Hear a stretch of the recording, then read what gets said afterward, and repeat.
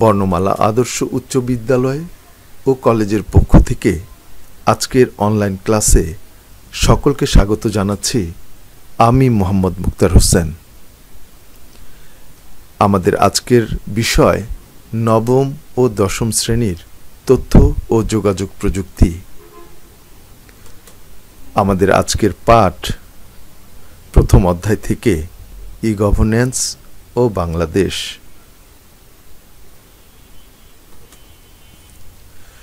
Good governance বা সুশাসনের জন্য দরকার স্বচ্ছতা ও জবাবদিহিতামূলক ব্যবস্থা।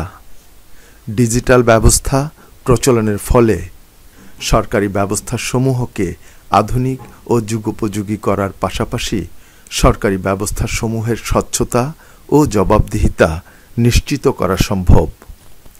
এর ফলে নাগরিকের হয়রানি ও বিড়ম্বনার অবসান ঘটে এবং দেশে সুশাসনের পথ নিষ্কণ্টক হয়।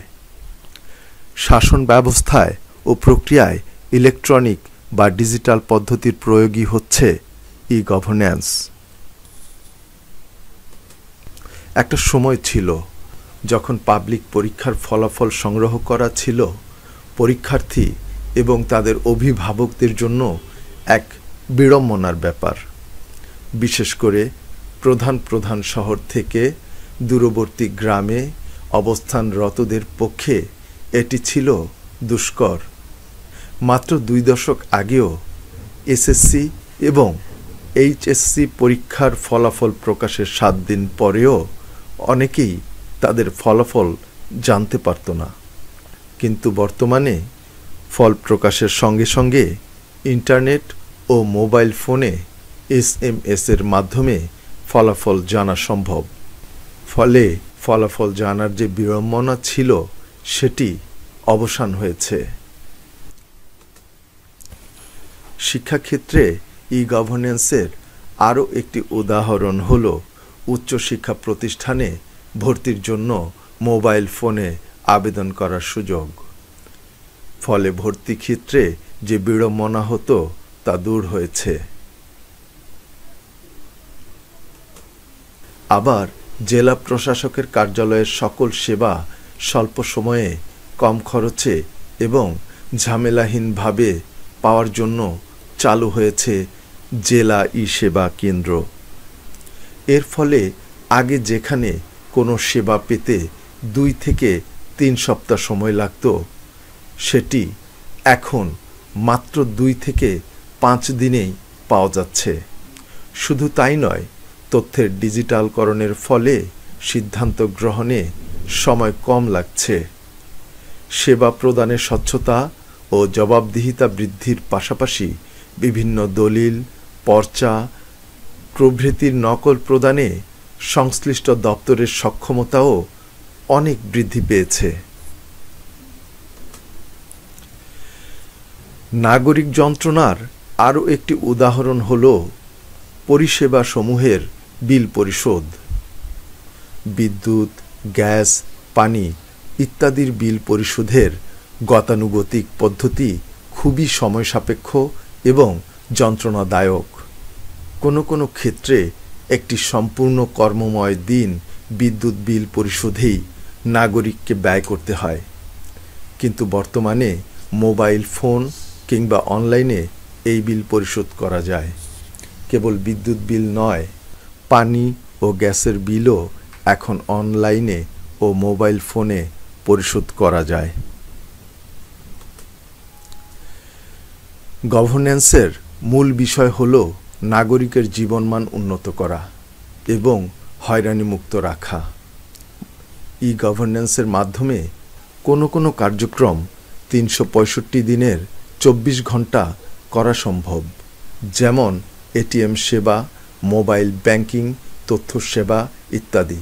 ফলে নাগরিকরা নিজেদের সুবিধাজনক সময়ে সেবা গ্রহণ করতে পারে। অন্যদিকে ই গভর্নেন্স চালুর ফলে সরকারি দপ্তরসমূহের মধ্যে আন্তঃসংযোগ বৃদ্ধি পেয়েছে, কর্মীদের দক্ষতা বেড়েছে, ফলে দ্রুত সেবা প্রদান সম্ভব হচ্ছে।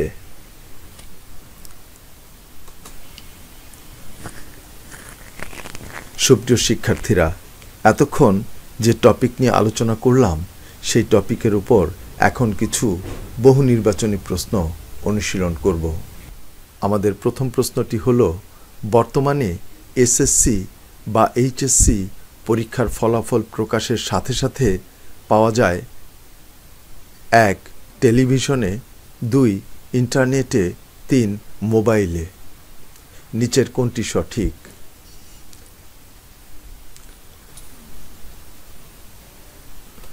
এই প্রশ্নের সঠিক উত্তর হল খ, 2 ও 3। সুপ্রিয় শিক্ষার্থীরা, এখন যে বহু নির্বাচনী প্রশ্নগুলো রয়েছে সেগুলোর উত্তর তোমরা নিজেরা চেষ্টা করে খুঁজে বের করবে।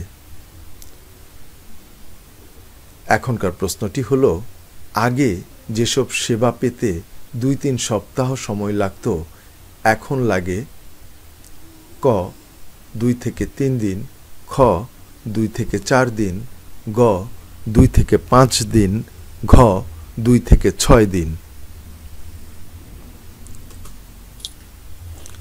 আমাদের এখনকার প্রশ্নটি হলো, দলিল, পর্চা প্রভৃতির কি প্রদানে সংশ্লিষ্ট দপ্তরের সক্ষমতা বৃদ্ধি পেয়েছে?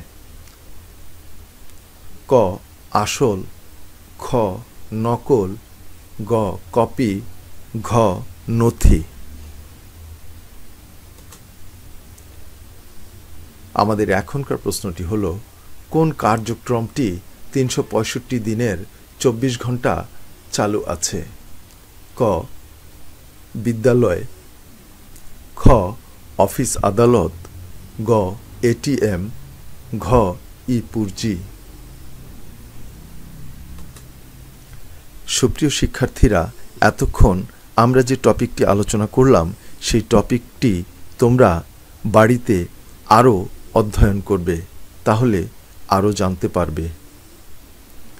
সকলের সুস্বাস্থ্য কামনা করে আজকের অনলাইন ক্লাস এখানেই শেষ করছি।